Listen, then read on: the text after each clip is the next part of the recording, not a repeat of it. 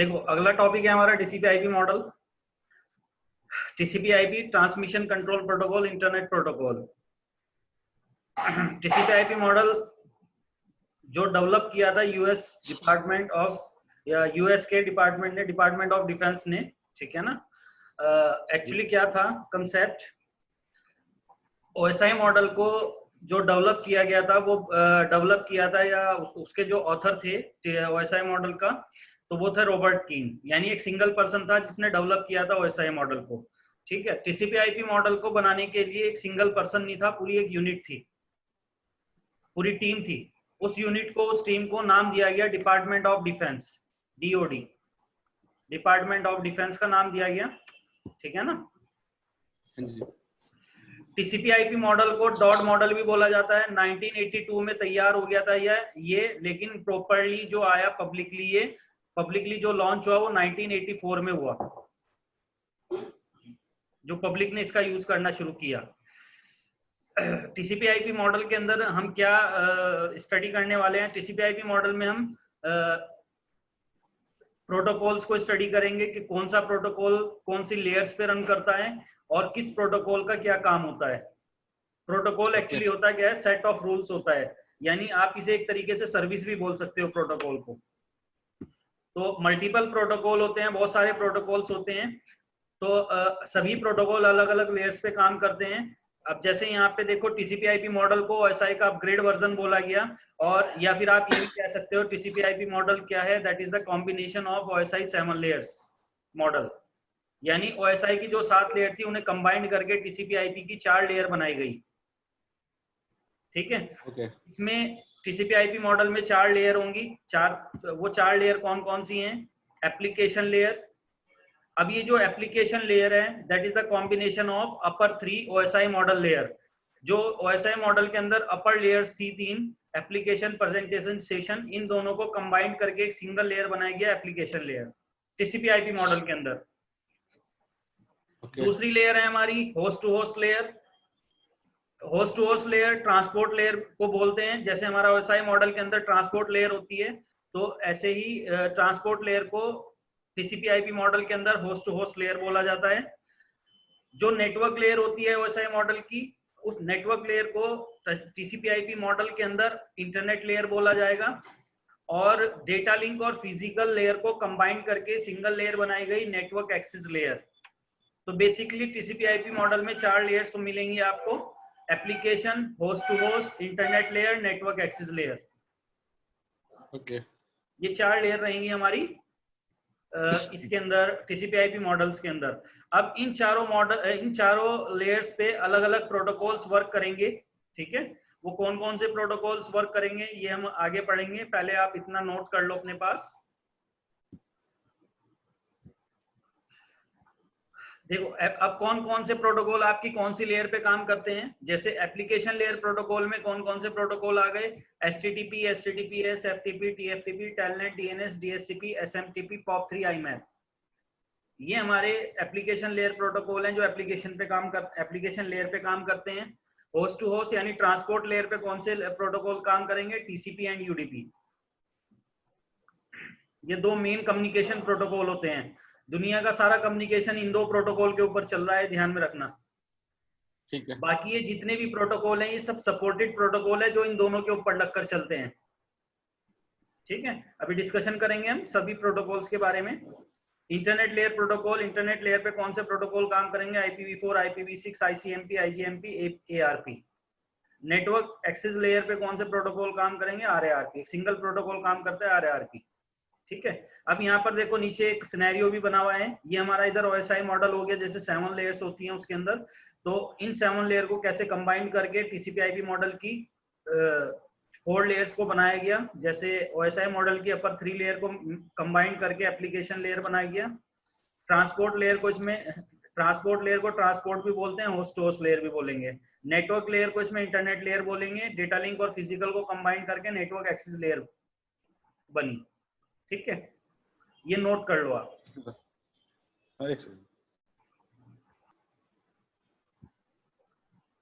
Application layer protocol, सबसे पहले हम एप्लीकेशन लेयर प्रोटोकॉल्स को पढ़ेंगे। तो एप्लीकेशन लेयर प्रोटोकॉल में पहला प्रोटोकॉल है हमारा HTTP, hyper text transfer protocol, hyper text transfer protocol. It is also called web server. It provide access to the website, means web browsing. HTTP का जो protocol का बेसिकली हम use करते हैं वेब एक्सेस के लिए करते हैं, वेबसाइट को एक्सेस करने के लिए. कोई भी वेबसाइट है आप इंटरनेट पे एक्सेस करना चाह रहे हो तो उसके लिए HTTP प्रोटोकॉल का आप यूज करोगे. और इसका पोर्ट नंबर जो रहता है वो 80 रहता है. ठीक है. जो इसका वर्क है, वर्क के साथ साथ पोर्ट नंबर जरूर याद रखना, क्योंकि आपसे पूछा जाएगा. नॉर्मली कोई पूछ भी सकता है कि बेसिकली HTTP का वर्क इसका पूछे ना पूछे, लेकिन पोर्ट नंबर जरूर पूछेंगे आपसे. ठीक है ना. तो पोर्ट नंबर अच्छे से याद रखना. अगला प्रोटोकॉल है आपका HTTPS, hyper text transfer protocol security. ये भी हमारा वेब ब्राउजिंग के लिए यूज होता है, बेसिकली वेबसाइट को एक्सेस करने के लिए यूज होता है. बट HTTPS का पर्पस क्या होता है? हमारी वेबसाइट को सिक्योर करना और सिक्योरली अनऑथराइज्ड यूजर से हमारी वेबसाइट को सिक्योर करना और क्रेडेंशियल वेबसाइट को सिक्योरिटी देना. जैसे कंपनी की क्रेडेंशियल वेबसाइट्स रहती हैं, ठीक है ना, पर्सनल वेबसाइट्स, तो उन्हें सिक्योरिटी अगर आपको प्रोवाइड करानी है तो उसके लिए HTTP की जगह आप HTTPS प्रोटोकॉल का यूज करोगे.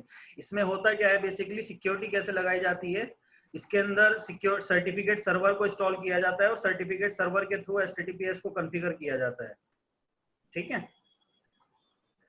तो वो सर्टिफिकेट सर्वर के थ्रू क्या होता है, जैसे बैंकों की पर्सनल वेबसाइट्स होती है जो सिर्फ बैंकों के एम्प्लॉय के लिए रजिस्टर्ड होती है. तो उस केस में जितने भी बैंक के एम्प्लॉय होंगे उनकी सबकी मशीनों पे जाकर उस सर्टिफिकेट को इंस्टॉल किया जाएगा, जो कि सर्टिफिकेट सर्वर के थ्रू बनाया जाएगा. और इंस्टॉल करने के बाद उन मशीनों से हम उस वेबसाइट को एक्सेस कर पाएंगे जिसपे आपके सर्टिफिकेट लगे हुए हैं. तो बेसिकली HTTPS प्रोटोकॉल हमारा किस लिए यूज होगा? वेबसाइट को सिक्योर करने के लिए, जो हमारी क्रेडेंशियल वेबसाइट होती है उन्हें सिक्योर करने के लिए, ताकि उसे पर्टिकुलर यूजर ही एक्सेस कर पाए जो ऑथराइज है. इसका पोर्ट नंबर रहता है 443. ठीक है. अगला प्रोटोकॉल है हमारा FTP, file transfer protocol. It is used by the company as the FTP server to transfer the large amount of data at the same time from source to destination. FTP use करते हैं वहां पे आपके? हाँ जी, हाँ जी, है ना. FTP का यूज तो पता ही होगा फिर आपको. हाँ. एक लार्ज अमाउंट डेटा को eight the same time source से डेस्टिनेशन तक भेजने के लिए ये फाइल, FTP जैसे नॉर्मली फाइल जिला यूज करते हैं. हाँ कोई और अपना उसका जो बैकएंड का जो फंडा होता है या उसका बैकएंड में जो प्रोसेस होता है पूरा FTP पे चल रहा होता है. नाम अलग है, प्रोसेस सेम है. ठीक है ना. नाम वो तो एक प्रोडक्ट का नेम हो गया ना फाइल जिला. तो FTP का पोर्ट नंबर क्या रहता है? 20 और 21 रहता है. 2 पोर्ट नंबर के साथ काम करता है. और FTP का एक फायदा और है, ये ब्राउजिंग फैसिलिटी देता है आपको. ब्राउजिंग फैसिलिटी से क्या मतलब है? यहाँ पर क्या समझते हो ब्राउजिंग फैसिलिटी? नहीं, क्लियर नहीं है. क्लियर नहीं है सर, बताइए. में आपका ये रहता है, जैसे आप कोई भी चीज डाउनलोड करते हो इंटरनेट से किसी भी उससे, ठीक है ना. तो डाउनलोड करने के बाद आपके पास जैसे ही आप डाउनलोड पे क्लिक करते हो तो आपको एक ऑप्शन मिलेगा डाउनलोडिंग प्रॉम्प्ट, जिसके अंदर 3 ऑप्शन मिलेंगे आपको. Open, save, cancel. तो आप उसे डाउनलोड करने के लिए सेव करते हो. हाँ जी, हाँ जी, हाँ जी, हाँ जी, है ना. जैसे आप सेव पे क्लिक करोगे तो आपके सामने एक विंडो ओपन होगी. उस विंडो में आपसे पाथ मांगेगा, तो आप क्या करोगे? कर्सर का यूज करके डायरेक्ट लोकेशन बता दोगे कहां पर आपको सेव करना है ना. तो ये क्या है? आपका ब्राउजिंग फैसिलिटी है जिसमें आपको ऑटोमेटिक लोकेशन मिलती है. बस आपको कर्सर से लोकेशन को फाइंड करके जस्ट उसे नाम देना होता है फाइल का एक. ठीक है. ठीक है, ओके. तो ये हमारी ब्राउजिंग फैसिलिटी है. एक इसका पुराना वर्जन था FTP का, TFTP. TFTP के अंदर ये फैसिलिटी नहीं थी, ब्राउजिंग फैसिलिटी नहीं देता था TFTP. इसीलिए GUI इंटरफेस पे हम FTP सर्वर का यूज करते हैं, FTP सर्विस का यूज करते हैं. ठीक है ना. तो TFTP तो कमांड प्रॉम्प्ट पे काम करता होगा ना फिर? CLI बेस पे काम करेगा. जैसे आपका राउटर का iOS लेना है, iOS का बैकअप लेना है, उसे रिस्टोर करना है, या CLI पे कोई भी डेटा आपको एक्सेस करके एक्सेस करना है या अपलोड करना है, तो उसके लिए TFTP का यूज करेंगे. वहां पर FTP नहीं चलेगा. FTP भी चला सकते हो. मतलब FTP बेसिकली बोले तो GUI GUI बेस्ड इंटरफेस के लिए ही है ना? इसका पर्पस GUI पे है, लेकिन अब तो ये आ गया है कि हमारे राउटर भी सपोर्ट करने लग गया है FTP को। FTP के थ्रू भी आप अपलोड कर सकते हो इमेजेस वगैरह राउटर्स में। ओके ओके, है ना? तो इसके दो पोर्ट नंबर मैं होते नोट हैं, कर लेता हूँ। एक होता है 20, एक होता है 21। 20 होता है अपलोडिंग के लिए और 21 होता है डाउनलोडिंग के लिए। ठीक है, ओके ओके, ये लिख लो आप।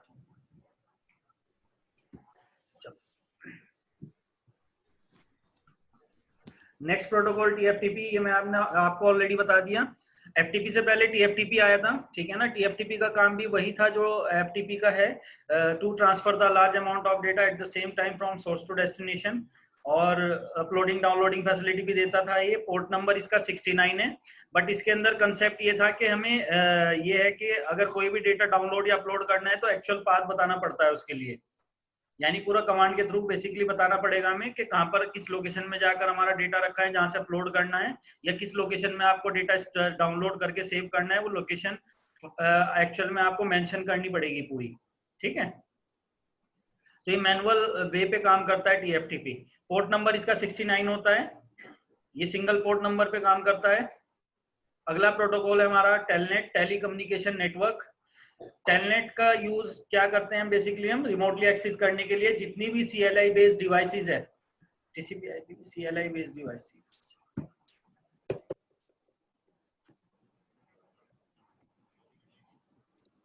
CLI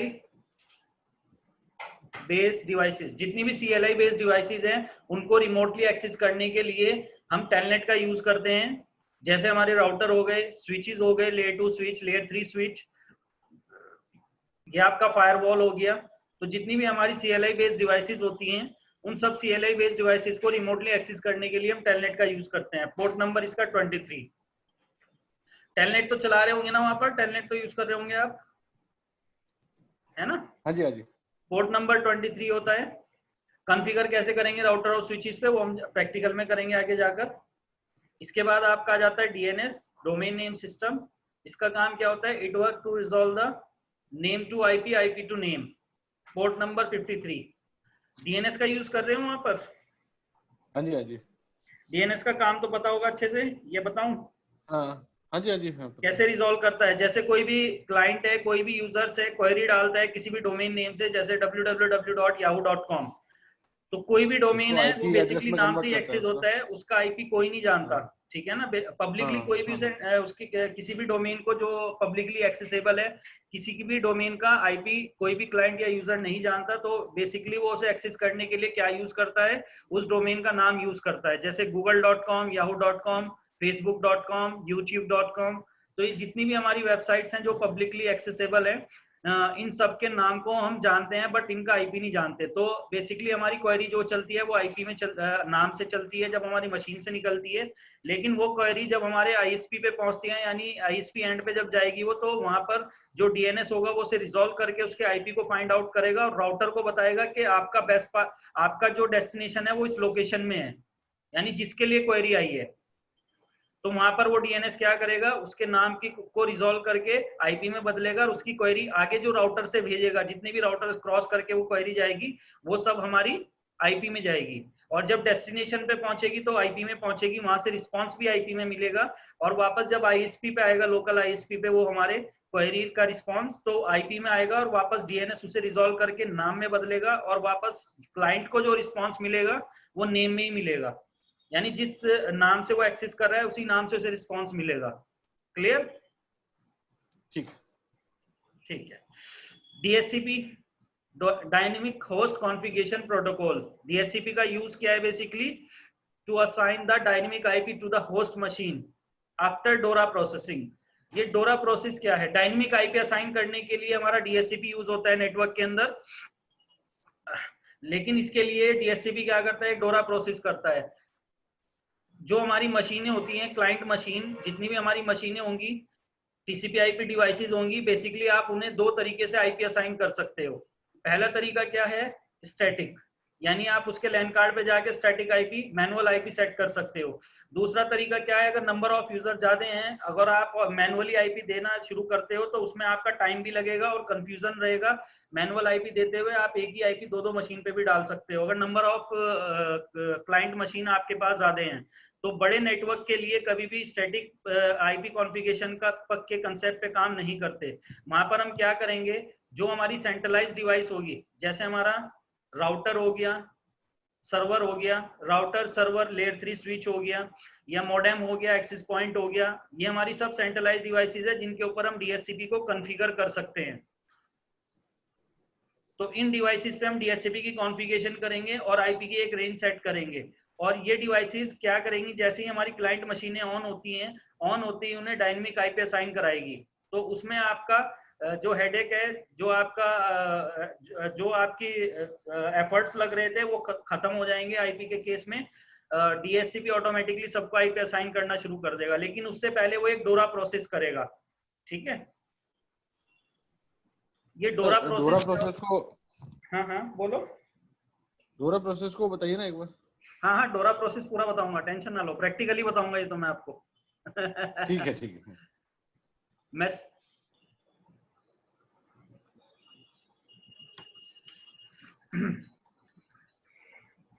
देखो सुजीत, इस सिनेरियो के अंदर देखो, यहाँ पर हमने एक राउटर लिया, राउटर स्विच से कनेक्ट है, ये स्विच है हमारा, और ये 4 मशीनें हैं।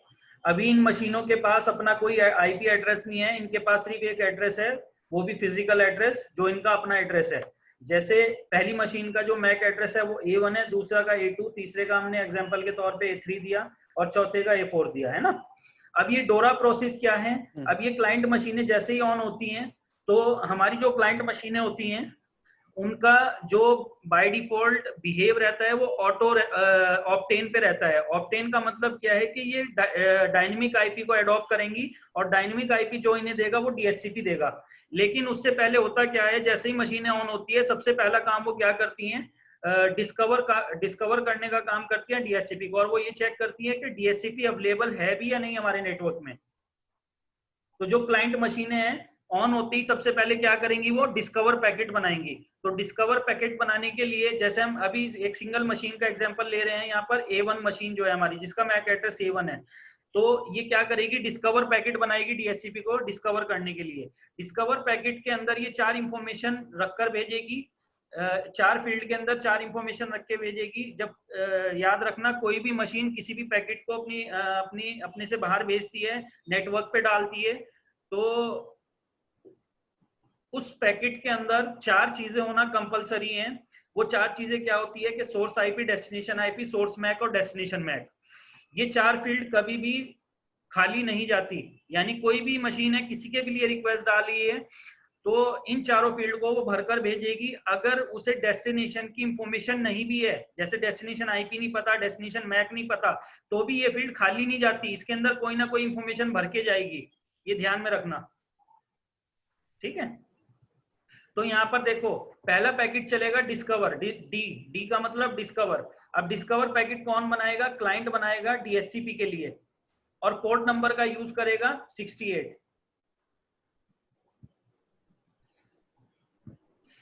तो सोर्स आईपी, जैसे ये सोर्स आईपी क्या रखेगी यहाँ पर, अभी इसके पास आईपी अवेलेबल है, सोर्स आईपी नहीं,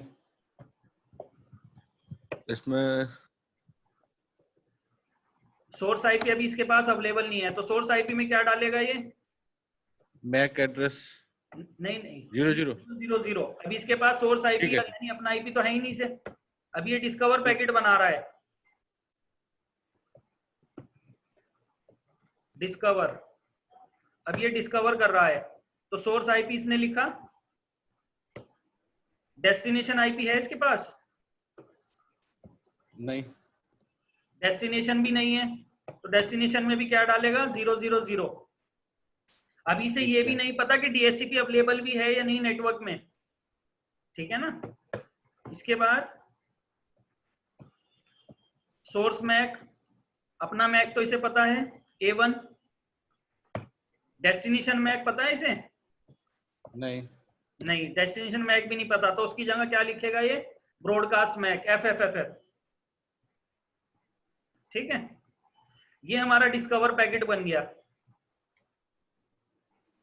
ये डिस्कवर पैकेट क्लाइंट मशीन चलाएगी। तो जब इसने डिस्कवर पैकेट चलाया, ये पैकेट सीधा पहुंचा स्विच के पास। अब जब स्विच के पास पहुंचा तो स्विच ने उसे रिसीव किया। देखो यहाँ पर इसने कौन सी वो यूज किया है, सपोर्टेड प्रोटोकॉल कौन सा यूज किया है और कम्युनिकेशन प्रोटोकॉल कौन सा यूज किया है। यहाँ इसने कम्युनिकेशन प्रोटोकॉल यूडीपी यूज किया है और सपोर्टेड प्रोटोकॉल इसने RARP यूज किया है। इन दो प्रोटोकॉल की हेल्प से ये भेजता है पैकेट को। ठीक है, यानी कम्युनिकेशन प्रोटोकॉल क्या रहेगा, मेन यूडीपी रहेगा जिसके ऊपर ये पैकेट ट्रेवल करेगा, और इस पैकेट को जो लेकर जाएगा डेस्टिनेशन तक वो RARP प्रोटोकॉल लेकर जाएगा। ठीक है जी, इसे कैरी कौन करेगा पैकेट को, RARP प्रोटोकॉल, और ये जो रन करेगा RARP ये किस पे रन करेगा, ये यूडीपी प्रोटोकॉल के ऊपर रन करेगा। यानी मेन कम्युनिकेशन प्रोटोकॉल कौन सा है हमारा, यूडीपी, और इसे कैरी करके लेके जाने का काम RARP करेगा। चलो जी, ये पैकेट पहुंचा हमारा स्विच पे, तो स्विच किस चीज पे डिसीजन लेगा, आईपी पे डिसीजन लेगा या मैक एड्रेस पे डिसीजन लेगा, मैक पे डिसीजन लेगा।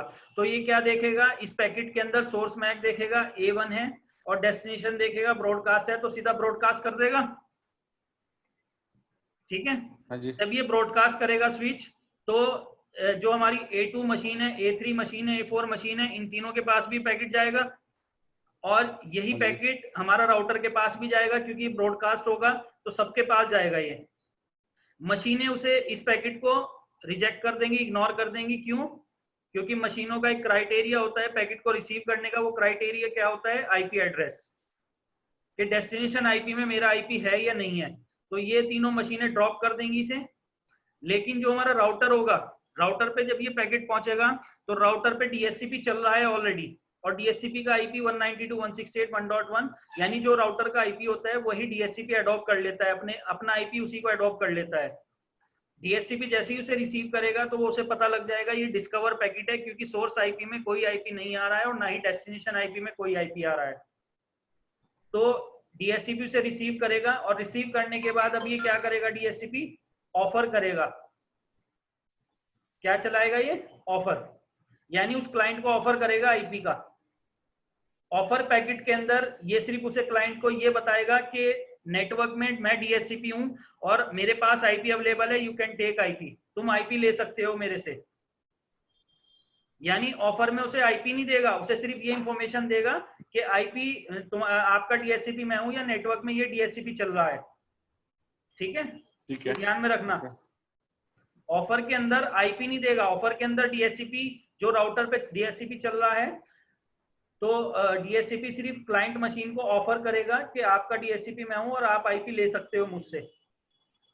ठीक है, ठीक है। तो ऑफर में ये क्या क्या रखकर भेजेगा, देखो डीएससीपी ऑफर पैकेट बनाएगा ये।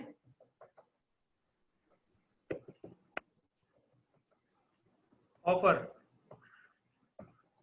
सोर्स आईपी क्या रखेगा ये, सोर्स आईपी अपना आईपी, जो भी डीएससीपी का आईपी है 192.168.1.1।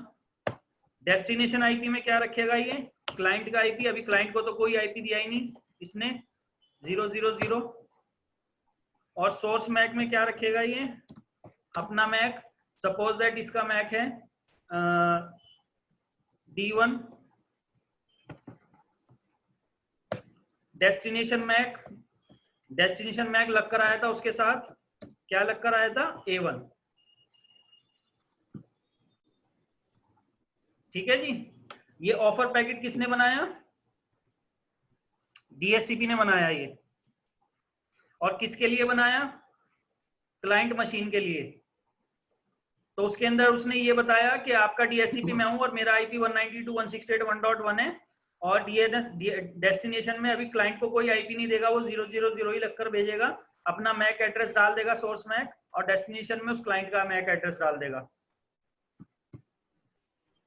इसके लिए यहाँ पर भी वही कंसेप्ट होगा जो ऑफर में जो सपोर्ट कम्युनिकेशन प्रोटोकॉल कौन सा होगा, यूडीपी, और सपोर्टेड प्रोटोकॉल RARP।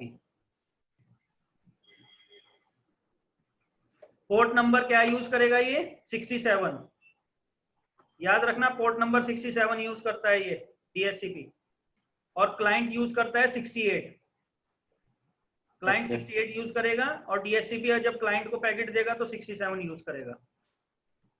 वो पैकेट जब इसने ऑफर पैकेट डाला तो स्विच पे गया, स्विच जो डिसीजन लेगा वो मैक एड्रेस पे लेगा, मैक यानी वो देखेगा सोर्स मैक D1 है, यानी राउटर से आ रहा है, D1 से आ रहा है, और जाना कहाँ है से डेस्टिनेशन मैक A1, तो सीधा क्लाइंट मशीन को देगा। याद रखना ऑफर पैकेट यूनिकास्ट होता है, पूरे डोरा प्रोसेस के अंदर सिर्फ पहला पैकेट ब्रॉडकास्ट होगा, बाकी सारे पैकेट यूनिकास्ट होंगे, यानी ऑफर, रिक्वेस्ट, एक्नॉलेजमेंट, ये तीनों यूनिकास्ट होंगे। अब क्लाइंट मशीन पे ये ऑफर पैकेट पहुंचा, क्लाइंट मशीन को पे जैसे ही ऑफर पैकेट पहुंचेगा उसे पता चल जाएगा कि डीएचसीपी हमारे नेटवर्क में अवेलेबल है, और डीएचसीपी का आईपी 192.168.1.1 है, और उसके पास आईपी अवेलेबल है। अब ये क्लाइंट मशीन क्या करेगी, ये रिक्वेस्ट पैकेट बनाएगी।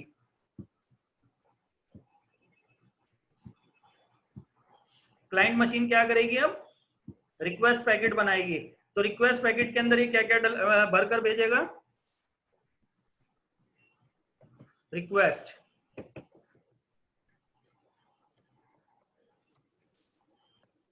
के अंदर ये सोर्स आईपी डालेगा, सोर्स आईपी में क्या डालेगा, अभी आईपी है अवेलेबल इसके पास नहीं, डेस्टिनेशन आईपी में 192.168.1.1, क्योंकि ये लगकर आया था ऑफर पैकेट में, ये लगकर आया था आईपी, है ना। सोर्स में हाँ जी, हाँ जी, A1, सोर्स मैक में ये अपना मैक डालेगा A1, और डेस्टिनेशन मैक D1,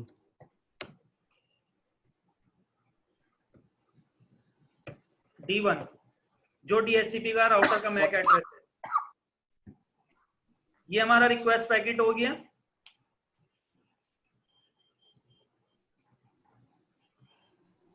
अब ये रिक्वेस्ट पैकेट, रिक्वेस्ट में उसने अपना आईपी, उसके पास आईपी अवेलेबल नहीं है, सोर्स आईपी, डेस्टिनेशन में डीएचसीपी का आईपी डालेगा, सोर्स मैक A1 यानी इसकी अपनी मशीन का मैक हो गया, डेस्टिनेशन मैक उस डिवाइस का मैक जिस पे डीएचसीपी चल रहा है,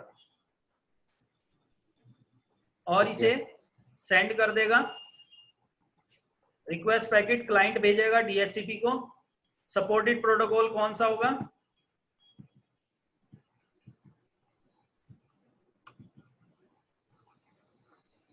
रिक्वेस्ट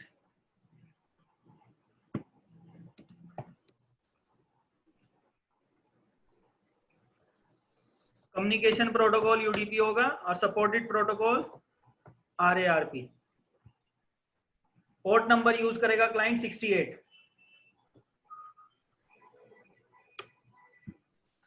ठीक है जी। रिक्वेस्ट पैकेट पहुंचा स्विच पे, स्विच ने फिर उसे क्या किया, मैक एड्रेस पे डिसीजन लिया, कहां से आया है A1 से, कहां पर जाना है D1 पे, सीधा राउटर को दे देगा IP packet, request packet unicast करेगा, क्योंकि मैक फील्ड के अंदर सोर्स मैक भी है और डेस्टिनेशन मैक भी है, यूनिकास्ट करेगा और सीधा राउटर को दे देगा। अब राउटर पे जब ये रिक्वेस्ट पैकेट पहुंचेगा तो अब ये जो डीएचसीपी है जो राउटर पे रनिंग में है, अब ये डीएचसीपी क्या करेगा, उसे ऑफर पैकेट देगा, सॉरी अब इसे एक्नॉलेजमेंट देगा, और एक्नॉलेजमेंट के अंदर उसे आईपी रखकर दे देगा जो भी उसके पास आईपी अवेलेबल होंगे। जैसे हमने देखो यहाँ पर डीएचसीपी की रेंज 192.168.1.2 से स्टार्ट की है और 50 तक करी है। तो पहला आईपी अगर हमारे पास खाली डीएचसीपी के पास 2 है खाली, तो जो भी अवेलेबल होगा वही आईपी उसे साइन कर देगा एक्नॉलेजमेंट के अंदर। तो एक्नॉलेजमेंट में ये क्या क्या कर भेजेगा, क्या क्या रखकर भेजेगा, एक्नॉलेज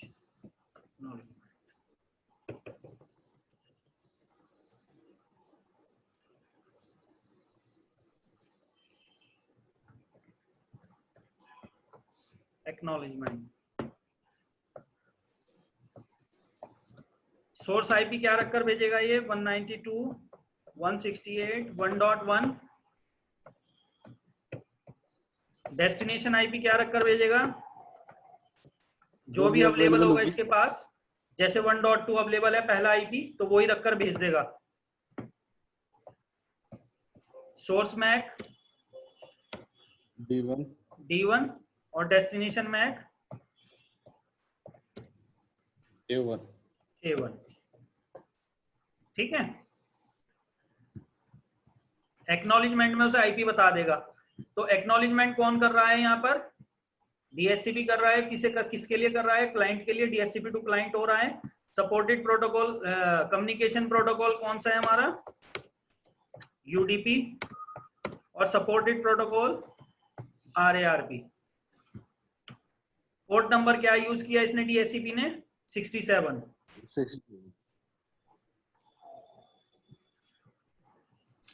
अब ये एक्नॉलेजमेंट पैकेट स्विच पे गया, स्विच ने डिसीजन लिया मैक एड्रेस पे, सोर्स मैक और डेस्टिनेशन मैक। तो सोर्स मैक D1 है, वहां से आया है, A1 सीधा क्लाइंट को दे देगा। अब जैसे ही क्लाइंट के पास ये एक्नॉलेजमेंट पहुंचेगा तो ये क्लाइंट क्या करेगा? इसके अंदर से जो डेस्टिनेशन आईपी होगा उसे अडॉप्ट कर लेगा। अडॉप्ट करके कहां रखेगा? जैसे ही इसे आईपी मिलेगा, ये एआरपी, यहाँ पर एआरपी प्रोटोकॉल रनिंग में आ जाएगा। याद रखना, जैसे ही आईपी मिलता है मशीन को, एआरपी प्रोटोकॉल रनिंग में आ जाता है। और एआरपी प्रोटोकॉल क्या करता है? एक टेबल बनाता है, एआरपी टेबल। उस टेबल के अंदर क्या करेगा? वो अपने आईपी और अपने मैक की एंट्री कर लेगा,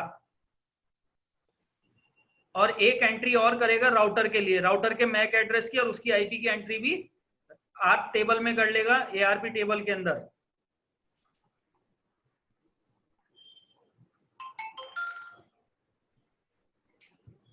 एआरपी टेबल ना सर? हाँ, ARP table.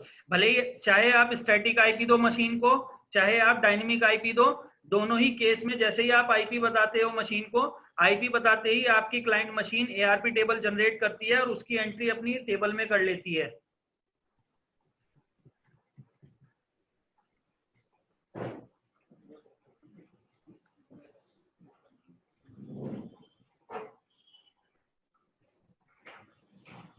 IP and Mac address लेता है ना एआरपी टेबल में? हाँ, आईपी और मैक एड्रेस, यानी किस मैक एड्रेस पे क्या आईपी चल रहा है। तो अभी इसमें बताऊंगा मैं, सोर्स आगे जाकर आर्प टेबल भी आएगी इसी तरीके से, सिनेरियो प्रैक्टिकली बताऊंगा आर्प कैसे काम करती है आरपी। इसमें ये सोर्स डेस्टिनेशन दोनों का रखता होगा ना इंफॉर्मेशन, आईपी एंड मैक? हाँ, एआरपी टेबल के अंदर हर उस मशीन की एंट्री हो जाएगी जिस मशीन से आपकी मशीन कम्युनिकेशन करेगी, ये ध्यान में रखना।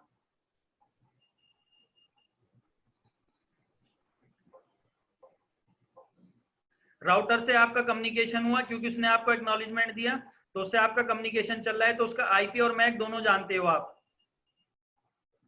हाँ जी, हाँ जी। तो एआरपी क्या करेगी? अपनी टेबल में उसकी भी एंट्री करेगी, और अपनी एंट्री तो करेगी, सबसे पहले अपनी एंट्री करती है वो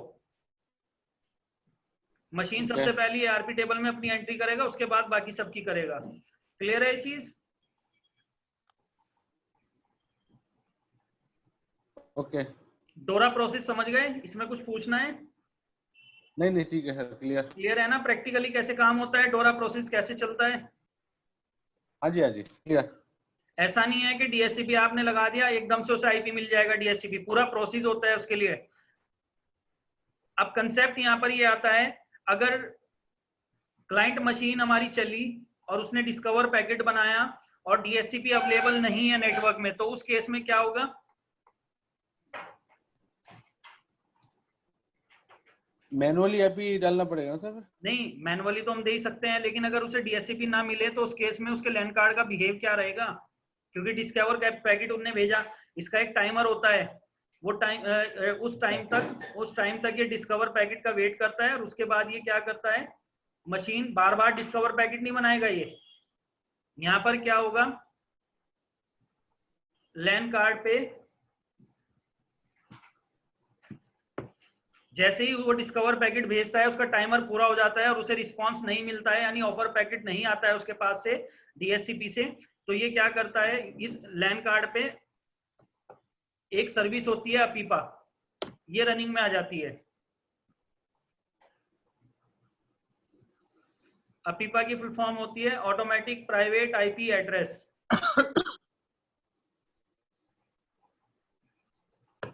इसकी जो रेंज रहती है 169.168 254.0.0 से 169.254.255.255 ये अपीपा की रेंज रहती है।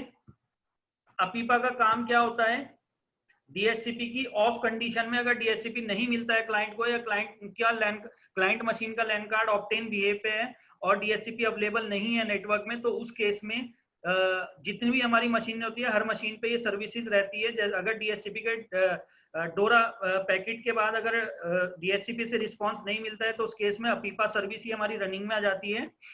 और रनिंग में आने के बाद क्या करती है, आपके लैन कार्ड को इस रेंज में से कोई सा भी एक आईपी दे देती है। ओके। अब इस अपीपा का काम क्या है, ये क्या करता है, आपके लैन कार्ड को होल्ड पे करता है। होल्ड पे करके ये कहता है कि मतलब आप वेट करो, हो सकता है डीएचसीपी में कोई प्रॉब्लम आ रही हो, वो रनिंग में अभी आ जाएगा। जैसे ही आएगा मैं आपका डिस्कवर पैकेट बनाकर डीएचसीपी को दे दूंगा। बार बार डिस्कवर पैकेट को रोकने के लिए कि बार बार डिस्कवर पैकेट ना बने, तो उस केस में अपीपा चल जाता है। ठीक है, तो अपीपा क्या करता है, अपनी साइड से सभी को हर मशीन पे ही अवेलेबल होता है, लैन कार्ड पे ही, अपनी साइड से इस रेंज में से एक आईपी असाइन कर देगा। ओके। और उस मशीन को होल्ड पे करेगा, होल्ड पे करके उसके डिस्कवर पैकेट को स्टॉप करेगा ताकि वो बार बार डिस्कवर पैकेट ना बनाए। और डीएचसीपी के लिए वेट करेगा। जैसे ही डीएचसीपी रनिंग में आएगा या डीएचसीपी आपके नेटवर्क में कनेक्ट होगा, वो किसी भी डिवाइस पे हो, जैसे ही डीएचसीपी रनिंग में आएगा फौरन से अपीपा डिस्कवर पैकेट बना के डीएचसीपी तक लेकर जाएगा। फिर वही डोरा प्रोसेस चलेगा पूरा। ठीक है ना, डिस्कवर, ऑफर, रिक्वेस्ट, एक्नॉलेजमेंट। अब एक चीज और ध्यान में रखना कि जो अपीपा आईपी देता है मशीनों को, ये कम्युनिकेशन आईपी नहीं होता, यानी आप इनसे कम्युनिकेशन नहीं कर सकते।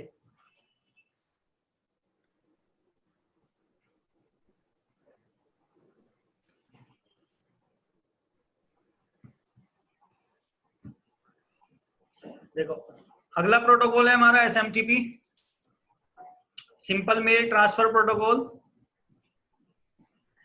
एसएमटीपी का use, it work to transfer mail and messages from source to destination.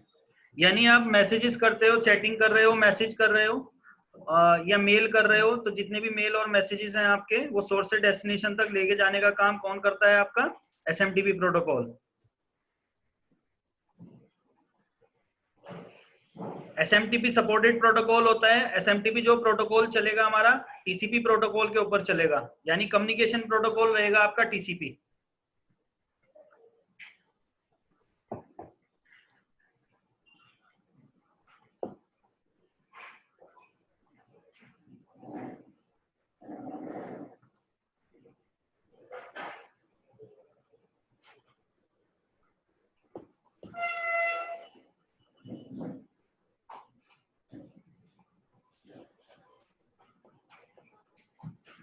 Blink नहीं कर रहा है क्या राउटर पे?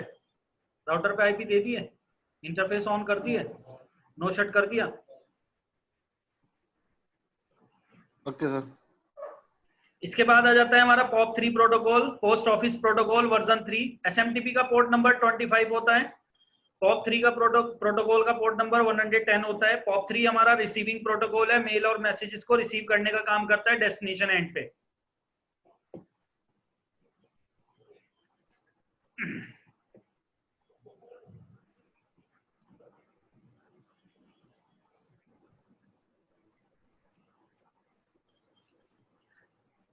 अगला प्रोटोकॉल है हमारा IMAP, internet mail access protocol.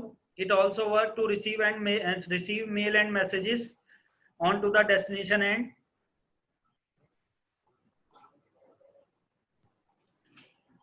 ठीक है जी, इसका पोर्ट नंबर होता है 143। IMAP और POP3 दोनों ही रिसीविंग प्रोटोकॉल है, मेल और मैसेजेस को रिसीव करने का काम करते हैं।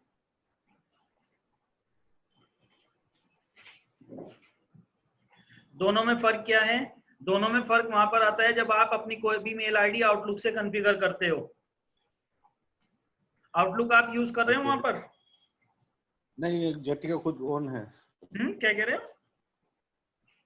जेटी का अपना है, खुद का है मेल। अच्छा, उनका ऐप है खुद का। तो जब आप किसी भी ऐप से अपनी मेल आईडी को कॉन्फ़िगर करते हो तो वहां पर आपसे पूछा जाता है कि रिसीविंग प्रोटोकॉल कौन सा रखना है आपको। तो याद रखना, आप आईमैप रखना, आईमैप यूज करना, क्योंकि आईमैप बेटर होता है POP3 से। किस वे में बेटर होता है? जब आप किसी भी एप्लीकेशन से अपनी मेल आईडी को कॉन्फ़िगर करते हो तो बेसिकली POP3 क्या करता है, POP3 आपका करंट जो आपकी मेल आईडी में जितना भी मेल बॉक्स साइज है आपका, जैसे 15 GB मेल बॉक्स साइज रहता है बेसिकली। जब आप एक्सचेंज सर्वर पे या मेल सर्वर पे कोई मेल आईडी बनाई जाती है तो उसके मेल बॉक्स को साइज दिया जाता है 15 GB। जैसे जीमेल का जो साइज होता है वही 15 GB है, कम और ज्यादा कर सकते हैं मेल सर्वर से बैठ के। तो वो जो 15 GB है आपका पूरे मेल बॉक्स का साइज है, जिसके अंदर आपकी सारी मेल आएगी। इनबॉक्स में जो आएंगी मेल वो भी उसी में होगी, आउटबॉक्स वाली भी उसी में रहेगी, ट्रैश वाली, डिलीटेड वाली, स्पैम वाली, सारी मेल्स आपकी पूरे वो सारी मेल जो आती हैं आपकी मेल बॉक्स में आती हैं। तो मेल बॉक्स का जो मैक्सिमम साइज रहता है वो 15 GB रहता है। जैसे जीमेल की आईडी पे आप चेक करोगे जाके तो 15 GB का स्पेस मिलेगा आपको।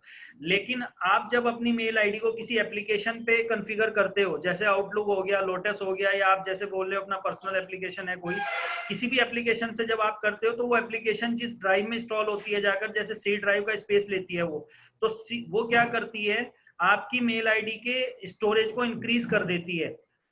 यानी 15 GB से ज्यादा भी आपकी मेल आईडी में अब स्टोर हो सकता है इंफॉर्मेशन, क्योंकि वो मेल आईडी आपकी जिस एप्लीकेशन पे चल रही है वो एप्लीकेशन आपकी लोकल ड्राइव के फ्री स्टोरेज को यूटिलाइज करना शुरू कर देती है।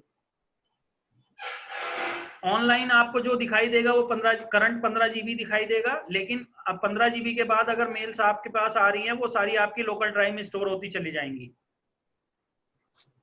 अगर आपने अपनी आई मेल आईडी मैप को का। एप्लीकेशन से कॉन्फ़िगर कर रखा है। अब उस सिनेरियो में प्रॉब्लम ये है कि अगर आपने सपोज दैट 50 GB की मेल स्टोरेज कर रखी है अपनी सी ड्राइव के अंदर, और करंट में ऑनलाइन आपको 15 GB दिखा रहा है, आपने receiving protocol suppose POP3 configure कर रखा है, आपकी विंडो हो गई करप्ट, तो उस केस में आपने दूसरी विंडो इंस्टॉल की और दोबारा से अपने वो एप्लीकेशन डाली और मेल आईडी को कॉन्फ़िगर किया। वहां पर आपने POP3 रिसीविंग प्रोटोकॉल कॉन्फ़िगर कर रखा था पहले, तो POP3 पे ही दोबारा कॉन्फ़िगर किया। POP3 के अंदर कंसेप्ट ये है, ये आपको करंट 15 GB का जो ऑनलाइन आपका वो होगा mail box size, current 15 GB वही आपको रिकवर करके देगा। यानी जो 35 GB आपका और एक्सटेंड हुआ था उसकी कोई इंफॉर्मेशन आपको नहीं मिलेगी, वो मेल आपकी डिलीट हो जाएगी POP3 के केस में।